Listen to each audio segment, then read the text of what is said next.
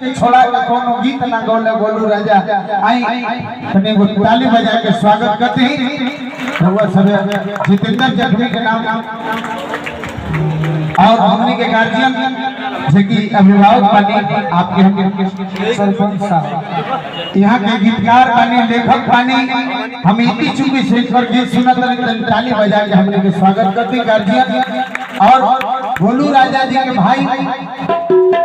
रवि रंजन भैया आपके भी हम स्वागत कर रहे हैं। हमरा शादी में आए वाला रहे लेकिन कुछ कारण बस ना बात करने के खुश बने चलिए बहुत बहुत धन्यवाद बाटे आई दो चार गीत सुना जा फोन आवा गोलू राजा जी चल चल यही रहे जहां तेरा प्यार मिले हम जाई अब जइबे ना करो